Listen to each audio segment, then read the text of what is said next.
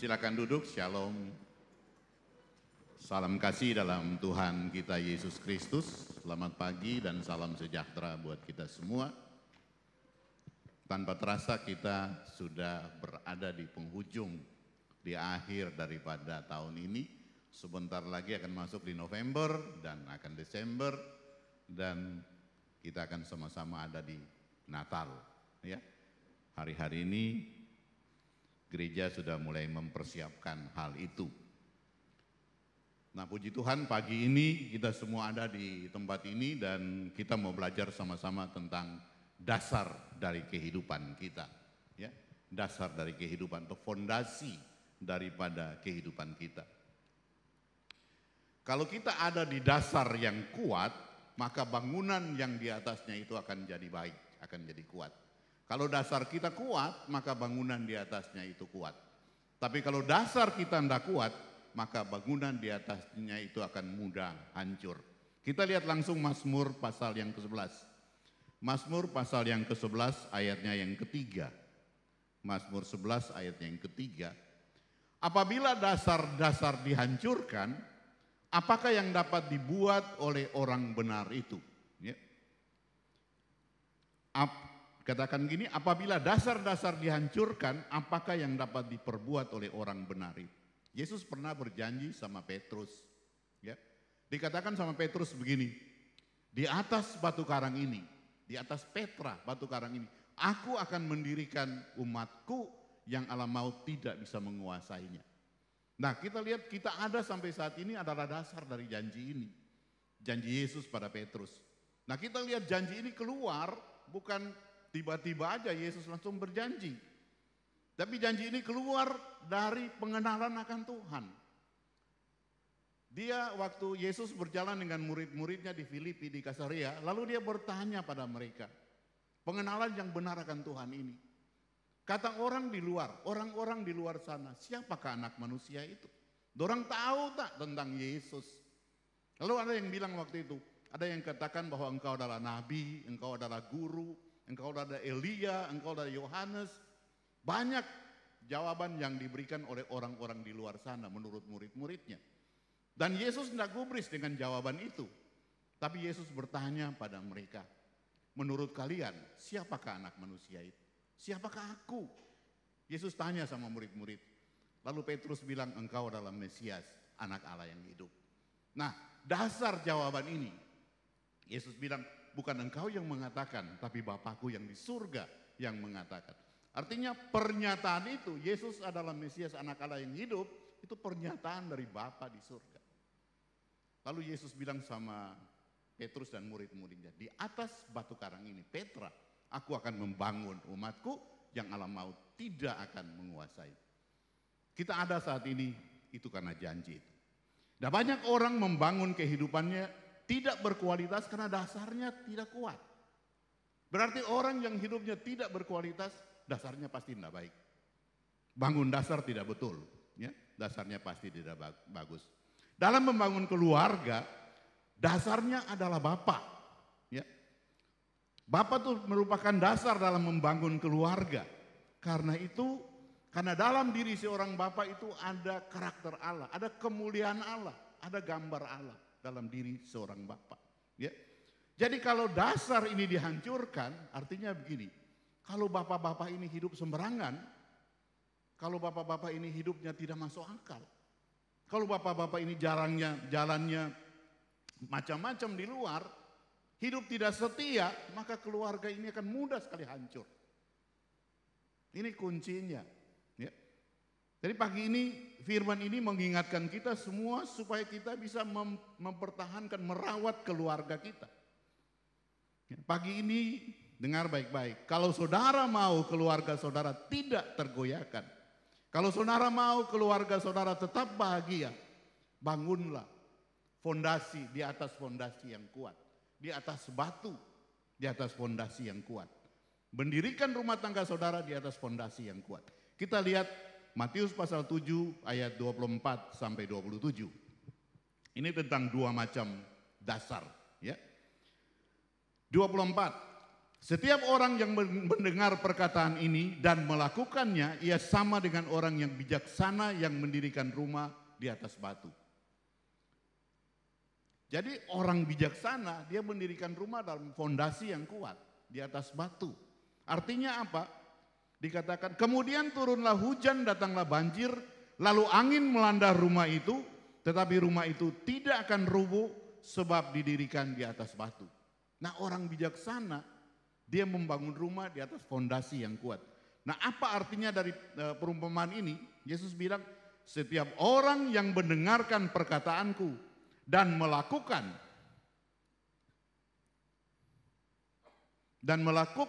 perintahnya,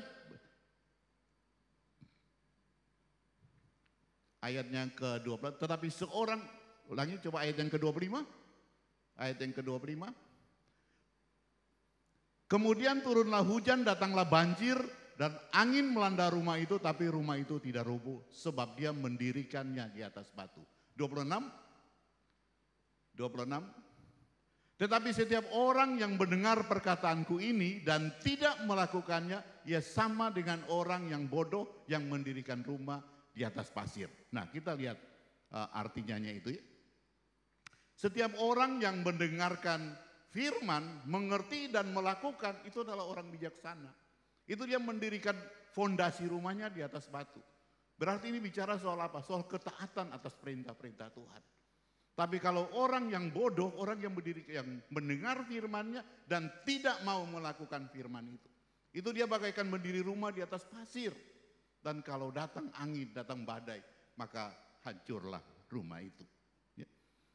Kalau dia cuma mau mendengar dan tidak mau melakukan, hancur rumah tangga itu. Ketaatan seorang laki-laki kepada Tuhan itu suatu kehormatan. Ini bapak-bapak dengar baik-baik ya.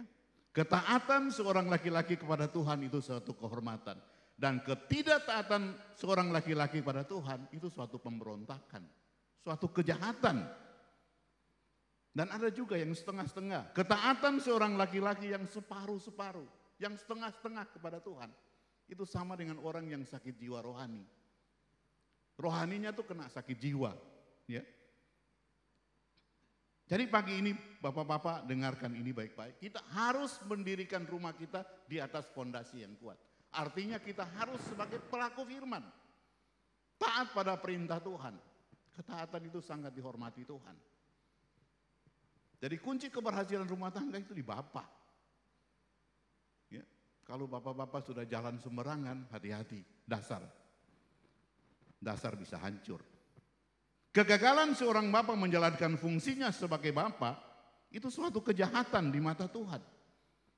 Dan tidak perlu menyuruh ibu-ibu untuk apa? Untuk mengambil alih itu. Dia sudah siap untuk mengambil alih itu.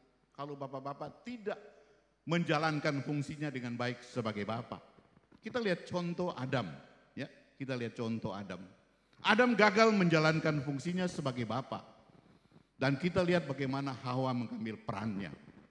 Padahal dalam diri Adam itu ada karakter Allah, ada gambar Allah, ada kemuliaan Allah. Kejadian 1 ayat 26 dikatakan bagaimana? Ya.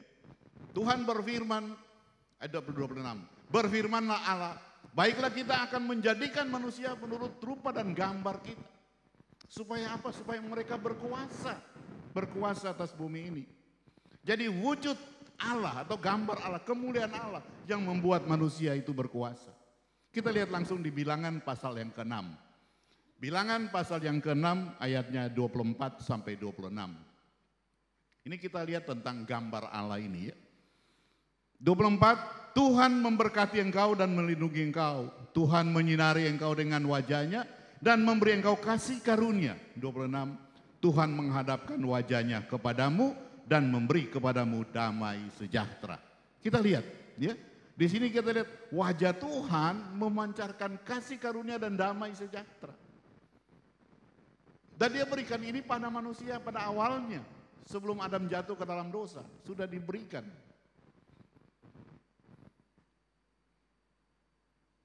Saudara harus tahu rahasia ini. Mengapa manusia begitu penting di mata Tuhan.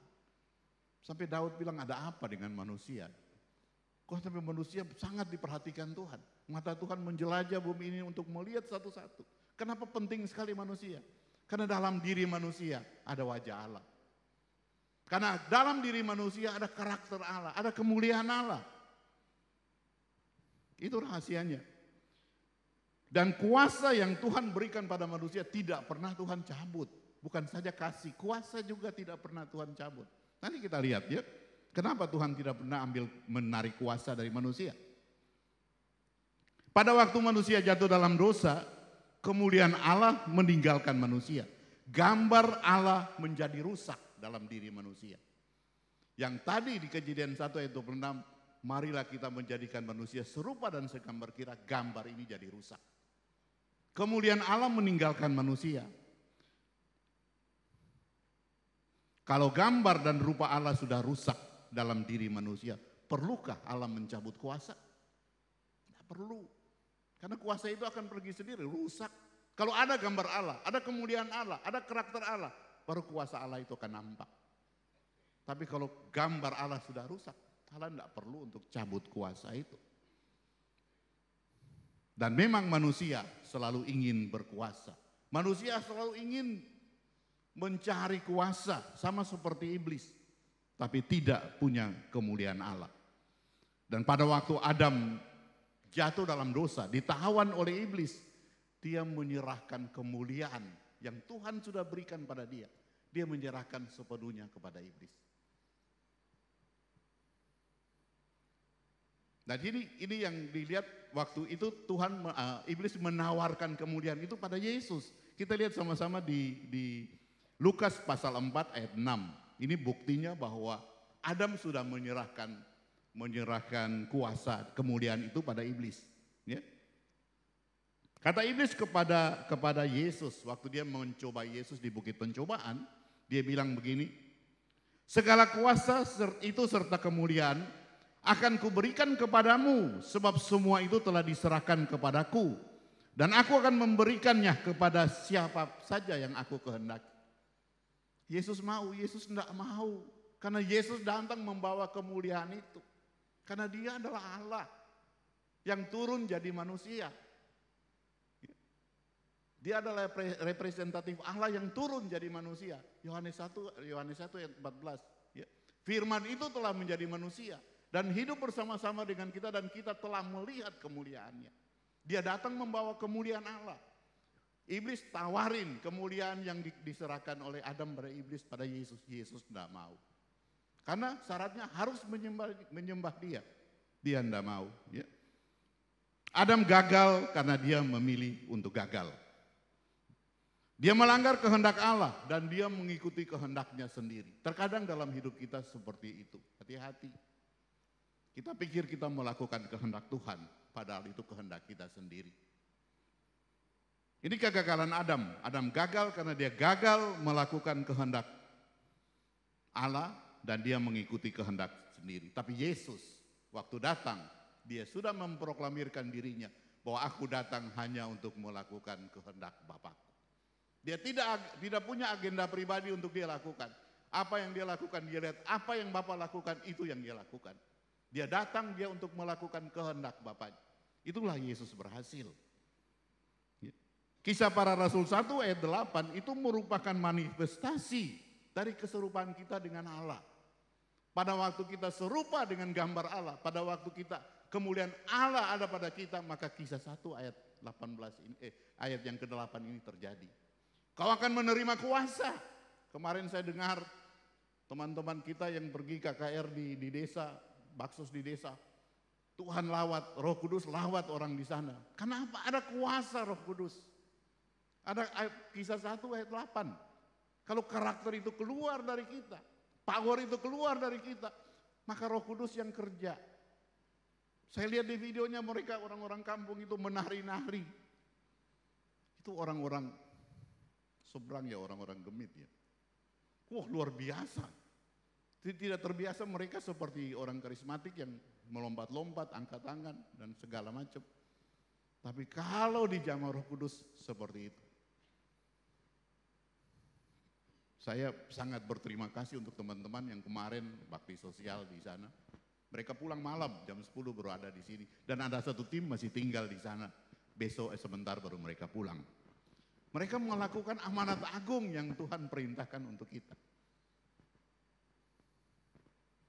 Pekerja-pekerja gereja, ada jemaat juga yang ikut, itu luar biasa ya. Yesus datang untuk mengembalikan manusia pada rancangan Allah yang semula. Dia datang untuk menyelamatkan kita. Dia mengembalikan kita, dia mengembalikan kemuliaan Allah itu pada kita. Itulah waktu di Yohanes 1 ayat 14. Firman itu telah menjadi manusia dan ada bersama-sama kita dan kita sudah melihat kemuliaannya. Kemuliaan Bapa yang dia bawa. Dia menyerahkan kembali kemuliaan itu supaya manusia bisa berkuasa. Kalau tidak bisa. Kalau gambar Allah rusak, kemuliaan Allah tidak ada inner power. Tidak ada kuasa Roh Kudus.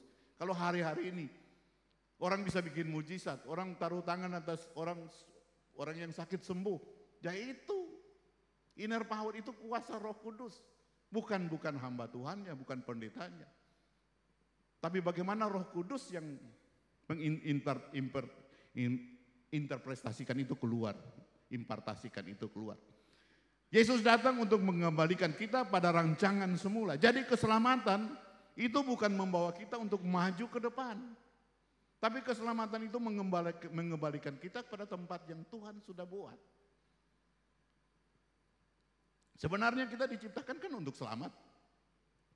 Tapi karena Adam jatuh dalam dosa, kemuliaan itu meninggalkan manusia. Dan sekarang Yesus datang dia untuk menyelamatkan manusia. Dia mengembalikan itu, memperbaiki gambar Allah yang rusak itu. Yesus datang untuk mengembalikan manusia pada rancangan Allah yang semula. Jadi sekali lagi, bahwa keselamatan itu bukan untuk kita maju ke depan, tapi kita kembali pada rancangan Allah yang semula. Sumber kekuatan Yesus selama pelayanan dikatakan di Kisah Para Rasul 10 ayat 38. Coba kita lihat. Yesus waktu zamannya, waktu dia datang, apa dia melakukan mujizat dan semua itu dasarnya apa? Ya, 38. Yaitu tentang Yesus dari Nazaret. Bagaimana Allah mengurapi dia dengan Roh Kudus dan kuat kuasa. Dia berjalan berkeliling sambil berbuat baik dan menyembuhkan semua orang yang dikuasai iblis. Sebab Allah menyertai dia. Yesus datang sebagai manusia, lahir lewat seorang manusia. Jadi benar-benar dia manusia, tapi 100% dia adalah Allah yang turun jadi manusia. Ya. Tentang Yesus dari Nazaret, tentang Yesus waktu itu, yang menyertai dia adalah kuat kuasa Roh Kudus. Jadi power of God, kuasa Allah yang ada pada dia, yang memampukan dia untuk bisa melakukan semua mujizat pada waktu itu.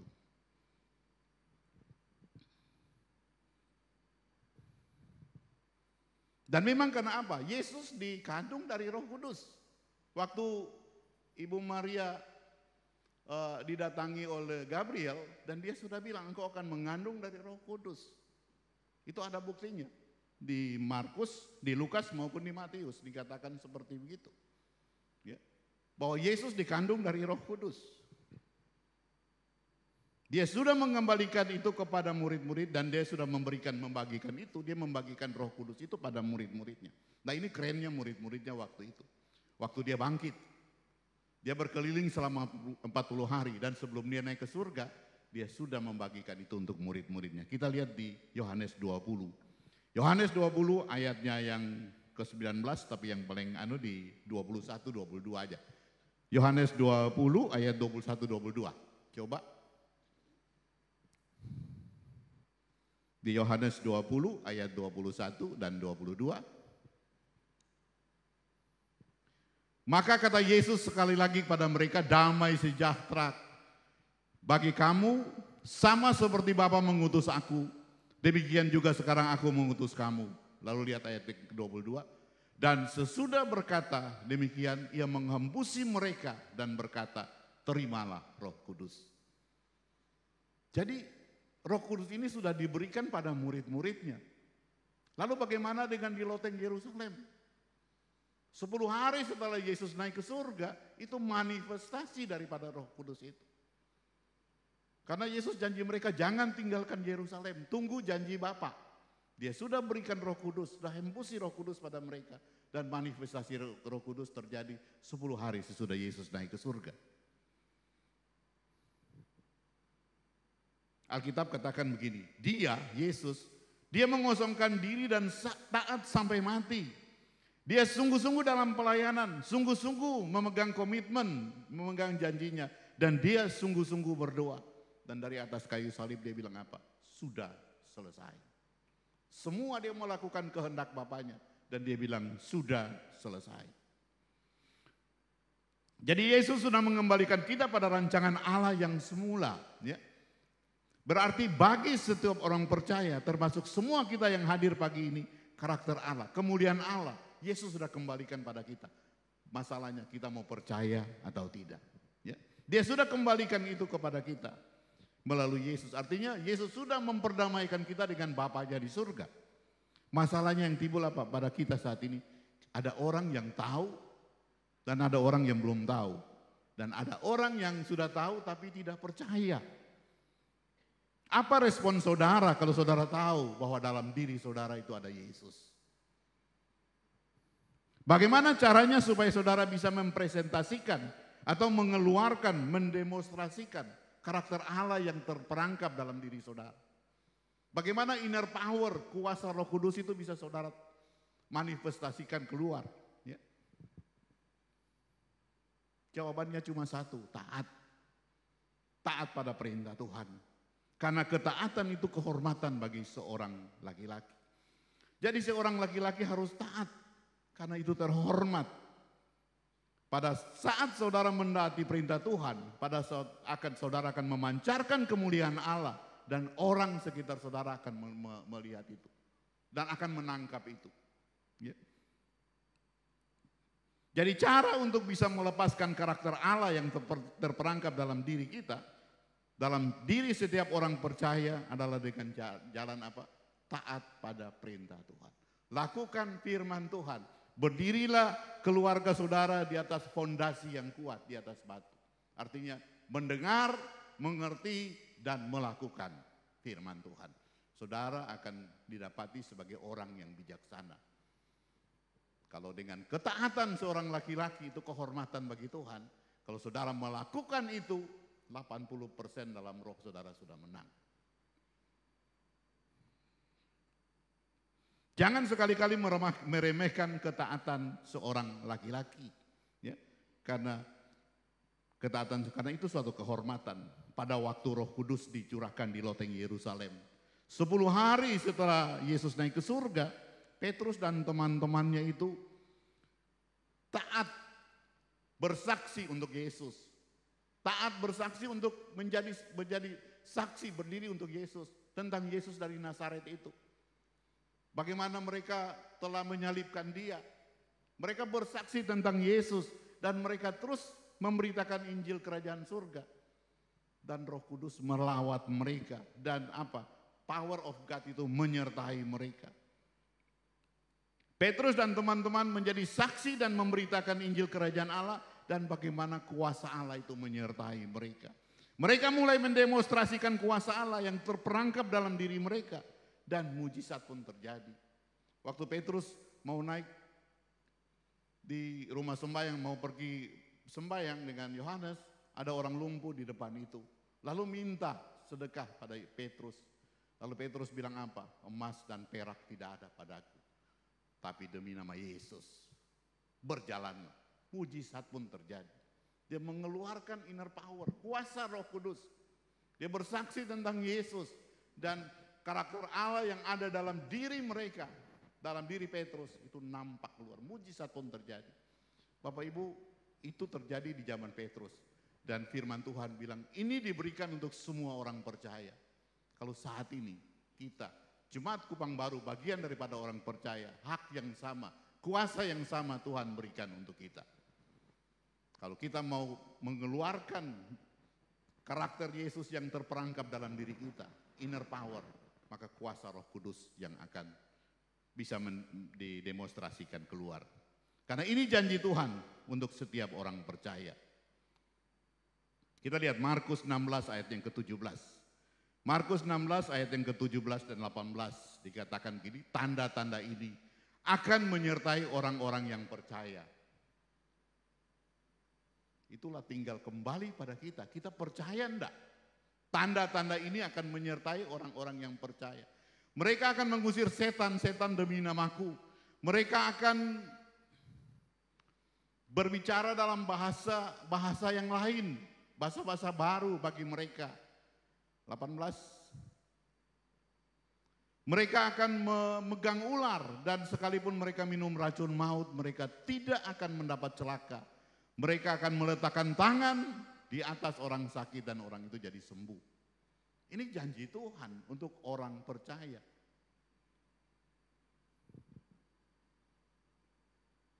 Masalah kembali bagi kita. Kita mau sungguh-sungguh enggak? Kalau Yesus, dia sungguh-sungguh melayani. Dia sungguh-sungguh berdoa. Itu Yesus. Dan dia sungguh-sungguh pegang komitmen. Kita mau sungguh-sungguh enggak? Kita mau sungguh-sungguh percaya atau sungguh-sungguh tidak percaya? Kembali pada diri kita.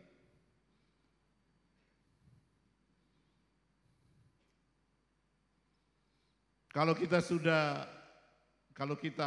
sudah berjalan dalam ketaatan, sekali lagi saya bilang kalau seorang laki-laki dalam rumah tangga kalau dia sudah taat pada perintah Tuhan, dia melakukan firman Tuhan, dia mendengar, dia mengerti dan dia melakukan, 80% dalam kehidupannya sudah menang. Dia sudah menang 80% dalam roh. Ketaatan kita dirusak karena tekanan dari luar, bukan dari dalam. Dan Bapak Ibu tahu ketaatan yang paling berharga, ketaatan yang paling sempurna. Bila kita taat pada Tuhan, kita menyenangkan hati Tuhan, bukan hati manusia. Seperti apa yang dilakukan Raja Daud. Tidak ada kata-kata lain lagi, coba kita cari di Alkitab, lihat di Mazmur. Semua kata-kata pujian pada Tuhan Daud sudah ambil. Tidak kebagian, dia tidak taruh sisa untuk kita. Semua. Bagaimana dia menyenangkan hati Tuhan. Itu Daud.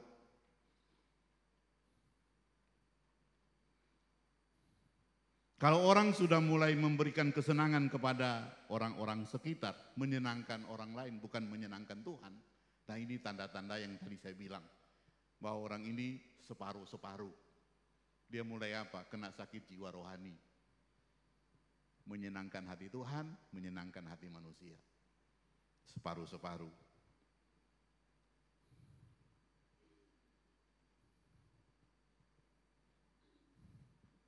Bapak Ibu dengarkan ini baik-baik. Dengar-dengaran itu lebih baik dari korban. Sekali lagi saya bilang ya, untuk kita semua, bahwa dengar-dengaran pada Tuhan itu jauh lebih baik dari korban. Bicara soal apa? Ketaatan kepada Tuhan.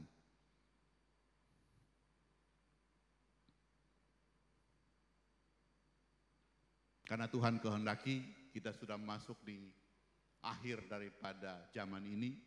Dia mau, kemarin saya baru bilang pada bagian media, bulan depan taruh kita punya tema sekali karena Tuhan sudah beritahu itu. Aku datang segera. Dia akan segera datang. Dan kalau kita tidak siap bagaimana? Kemarin di pekerja saya bilang sama di doa pekerja. Saya tidak mau kalau suatu ketika waktu kita berhadapan dengan Tuhan. Tuhan bilang, inyalah engkau pembuat kejahatan. Aku tidak mengenal engkau. Saya akan protes, saya akan berteriak sama Tuhan. Tuhan itu pekerja saya Tuhan. Tapi Tuhan punya bukti ada. Lalu dia ambil bukunya, lalu dia kasih tunjuk ini buktinya. Karena kita bisa memanipulasi hidup kita. Orang bisa lihat kita, jemaat bisa lihat pekerja saya ini, wah hebat ya pelayanannya, kekudusannya, kesuciannya hebat. Tapi hati Tuhan yang tahu. Kemarin firman Tuhan datang untuk para pekerja, begitu keras untuk memperhatikan kembali hati kita. Karena Tuhan melihat hati. Karena saya khawatir sekali pada waktu dia datang lalu dia bilang, aku tidak kenal engkau. Nyala engkau pembuat kejahatan. Saya bilang, Tuhan itu pekerja saya Tuhan. Itu pendeta di tempat saya Tuhan. Atau mungkin pada saya. Tuhan saya melayani Tuhan. Dia bilang ini buktinya, nyala engkau, aku tidak mengenal engkau. Karena dia melihat hati setiap kita. bukan muka kita.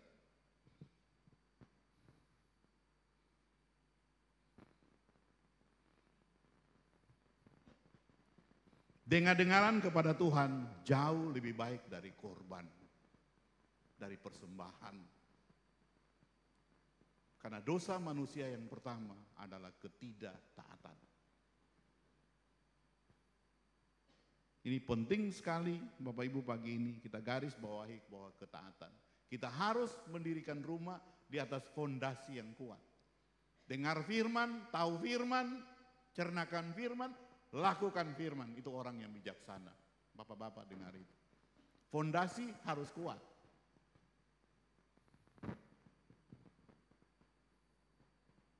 Yang terakhir, mari Well dan Singers bisa kembali. Ini pesan Tuhan untuk kita di akhir zaman. Kolose pasal 3 ayat 21. Mari tim musik juga bisa kembali. Kolose pasal 3 ayat 21. Hai bapak-bapak, janganlah sakiti hati anakmu supaya jangan tawar hati. Hati bapak-bapak, ayo mulai. Ini sudah ada kita sudah ada di akhir zaman. Kita harus mulai melihat ini, pemulihan keluarga. Kita sudah tahu bagaimana kita harus merawat keluarga. Lepaskan pengampunan anak-anak terhadap bapak, bapak terhadap anak. Ini firman Tuhan lagi berbicara untuk kita. Ya. Hai bapak-bapak, jangan sakiti hati anakmu supaya jangan mereka tawar hati. Mulailah melakukan pemulihan, lepaskan pengampunan. Jangan biarkan berlarut-larut mulai merawat keluarga. Karena hal itu tidak akan sembuh dengan sendirinya kalau kita tidak memulai. Bangun hubungan dalam keluarga. Komunikasi dengan anak-anak. Bapak-bapak jangan diam saja, itu tidak akan sembuh dengan sendirinya. Lepaskan pengampunan sama mereka. Kalau ada yang salah minta maaf. Saya dulu tidak mengerti itu, tapi setelah saya mengerti, saya minta maaf sama anak-anak saya. Dulu waktu saya masih belum mengerti, saya kerja, waktu buang tidak pernah ada dengan anak-anak. Itu urusan ibu punya urusan dengan anak-anak. Saya penting cari uang. Kerja, operasi di rumah sakit sampai malam, sampai besok terus operasi. Waktu pegang rumah sakit jadi direktur, berangkat keluar. Rapat di sana, rapat di sini, rapat di sana, rapat di sini, lupa anak-anak. Berapa banyak yang sewaktu yang saya buang. Saya bangga sekali dengan bapak-bapak yang muda-muda sekarang, bagaimana mereka dengan anak-anak mereka. Itu hilang dulu bagi saya. Waktu saya main dengan Rio, waktu kecil enggak ada. Saya sibuk cari uang. Saya minta maaf sama mereka. Papa salah. Karena waktu itu Papa enggak mengerti. Saya bersyukur contoh Dr. Erik saat ini. Kalau saya lihat videonya main dengan Yosua, saya wah bangga sekali. Waktu hubungan dengan anak-anak. Itu yang paling penting dalam hidup keluarga. Bangun fondasi yang bagus. Ya. Dulu kita hilang, saya hilang. Saya dengan Pak Thomas mungkin sama, dulu kita hilang. Karena tidak ada yang beritahu kita. Kita masih bodoh, tapi sekarang kita sudah tahu. Dan kita minta maaf sama anak-anak kita. Bangun hubungan lagi dengan mereka. Jangan malu, karena ini janji Tuhan, ini perintah Tuhan. Maliaki 4 ayat yang ke-6. Ia akan membuat hati bapak-bapak berbalik kepada anak-anaknya dan hati anak-anaknya kepada bapak-bapaknya supaya jangan aku datang memukul bumi hingga binasa. Bapak Ibu, kalau tidak ada penyelesaian ini, Tuhan akan memusnahkan kita. Dia akan memusnahkan bumi ini. Maliaki pasal 4 ayat 6. Ia akan membuat hati bapak-bapak berbalik kepada anak-anaknya dan hati anak-anaknya kepada bapak-bapaknya supaya jangan aku datang untuk memukul bumi hingga musnah. Tuhan tidak main-main. Ya. Hati bapak-bapak harus berbalik kepada anak-anak dan hati anak-anak harus kembali kepada bapaknya supaya jangan Tuhan memusnahkan kita.